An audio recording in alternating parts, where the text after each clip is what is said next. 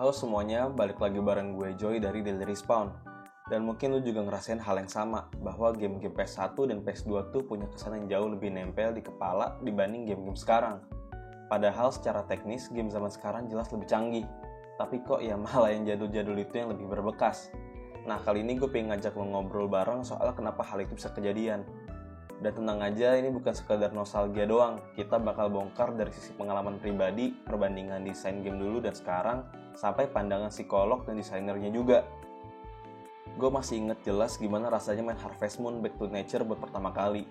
Gamenya tuh simple banget, cuma nanem, ngobrol, ternak sapi, tapi gue betah mainin berjam-jam tanpa ngerasa bosen. Atau kita bisa ambil contoh yang lain, yaitu Pepsi Man, yang cuma lari-lari hindarin rintangan tapi tetap bikin ketawa tiap kali kita jatuh.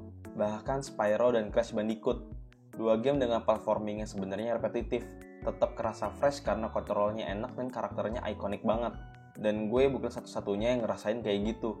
Banyak teman gue juga punya cerita mirip, main ramean, gantian pegang stick, teriak-teriakan kalau kalah. Ada semacam koneksi emosional yang sekarang mulai hilang di banyak game modern. Dan menurut gue salah satu penyebabnya ada di cara game-game sekarang dibikin. Kalau kita lihat tren desain game modern, apalagi sejak era PS3 ke atas, ada pergeseran besar ke arah realisme dan kompleksitas. Visual makin realistis, mekanik makin banyak, tapi sayangnya, pengalaman mainnya malah kadang jadi berat dan kurang personal. Misalnya banyak game sekarang yang fokus banget ke open world dan checklist side quest yang kadang bikin capek sendiri. Bahkan meskipun secara narasi lebih dewasa, banyak yang akhirnya jatuh ke pola main yang sama berulang-ulang. Sementara di era PS1 dan PS2, game cenderung lebih eksperimental. Gamenya berani ambil resiko, bahkan konsep yang aneh-aneh pun bisa jadi game utuh dan sukses. Gak ada ketakutan buat gagal, karena industri waktu itu belum terlalu terstandarisasi kayak sekarang. Dan ini kerasa banget kalau kita bandingin game-game dari franchise besar yang udah berubah drastis dari zamannya dulu. Kita bisa ambil contoh Need for Speed Most Wanted. Gue inget banget dulu main bareng teman, aduh siapa yang bisa kabur paling lama dari polisi. Ada rasa kompetitif yang seru tapi nggak bikin stres. Sekarang, Need for Speed udah beberapa kali ganti arah. Kadang ke arah street culture, kadang semi-realistik, tapi banyak yang ngerasa kehilangan jiwanya. Gamenya sebenarnya masih keren, tapi feel-nya tuh udah beda banget. Atau contoh yang lain ada Tekken. Dulu main di ruang TV rame-rame, saling ngejek, sambil asal pencet tombol juga bisa menang. Sekarang udah lebih taktikal, online rank, dan kadang bikin orang malas buat sekedar main santai. Yang tadinya fun, sekarang jadi kompetitif banget. Dan satu lagi yang cukup bikin shock, ada Dynasty Warrior. Franchise-nya yang dulu punya pacing seru dan satisfying, sekarang malah sering dikritik karena kontennya itu aja. Dunia yang sepi dan perubahan ke sistem open world yang malah ngebuang esensi utamanya, yaitu action lawan ribuan musuh dalam satu arena. Menurut banyak pengamat, perubahan ini sebagian besar karena tuntutan industri dan ekspektasi pasar yang makin tinggi. Studio besar nggak bisa ambil resiko terlalu jauh karena mereka takut rugi. Jadi pilihannya ya main aman atau ikutin tren.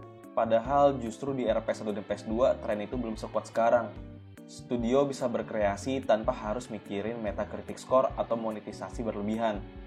Di sisi psikologi sendiri, ada dua konsep menarik yang bisa kita angkat, yaitu ada reminiscence bump dan hedonic adaptation. Reminiscence bump itu menjelaskan kenapa memori masa kecil dan remaja cenderung lebih kuat dan emosional, karena itu fase di mana otak kita lagi aktif-aktifnya membentuk identitas. Jadi wajar aja kalau game yang kita mainin di masa itu jadi lebih berkesan. Sementara hedonic adaptation bilang kalau kita makin terbiasa sama hal-hal yang luar biasa, sensasi senangnya bakal menurun seiring waktu. Dan ini ngefek ke game modern, karena saking seringnya kita dikasih visual bagus, world yang besar, dan mekanik yang kompleks, lama-lama semua itu terasa biasa aja. Dan ada satu hal lagi yang sering kita lupain, yaitu ritual main game zaman dulu itu jauh lebih intim. Kita rela nunggu loading yang lama, main dari awal lagi karena memory card yang error, atau ngebaca manual book panduan yang kecil-kecil itu. Sekarang semuanya serba instan. Ada cloud save, fast travel, skip cutscene. Enak sih sebenarnya, tapi bikin hubungan kita sama game jadi kurang dalam. Kalau lu lihat Resident Evil 4 misalnya, ini salah satu game PS2 yang sampai sekarang masih diomongin. Desain levelnya ketat, pacingnya dapet, dan karakter kayak Leon tuh bener-bener memorable. Game ini punya elemen survival yang pas banget, gak terlalu ribet tapi tetap bikin kita tegang. Ketika versi remake-nya keluar, banyak yang seneng, tapi juga banyak yang ngerasa bahwa versi aslinya tetap punya tempat spesial yang gak tergantikan. Jadi menurut gua, kenapa game PS1 dan PS2 terasa lebih memorable bukan cuma soal teknis atau nostalgia doang, tapi karena kombinasi waktu, kondisi industri, cara kita menikmati game, dan desain game itu sendiri yang semuanya nyatu. Dan ketika semua itu pas, muncullah pengalaman yang gak bisa diulang lagi dengan cara yang sama di zaman sekarang. Tapi itu semua bukan berarti game sekarang jadi jelek. Banyak juga game modern yang luar biasa dan punya potensi buat jadi klasik di masa depan. Cuman emang cara kita mengalaminya udah beda aja. Dunia udah berubah, kita juga udah berubah. Dan kadang yang kita rindukan itu bukan cuma gamenya sebenarnya, tapi versi diri kita yang dulu yang bisa duduk lama di depan TV kecil sambil senyum sendiri waktu dapat kaset baru. Kalau lu juga pernah ngerasain hal yang sama, boleh banget sharing pengalaman lo di kolom komentar. Game apa yang paling nempel di kepala lo sampai sekarang? Jangan lupa like video ini, share ke teman-teman lu yang juga anak rental era PS1 dan PS2. Dan pastiin lu udah subscribe dan nyalain lonceng biar gak ketinggalan studi kasus seru lainnya dari Daily Respawn. Gue Joy, sampai ketemu di video-video selanjutnya.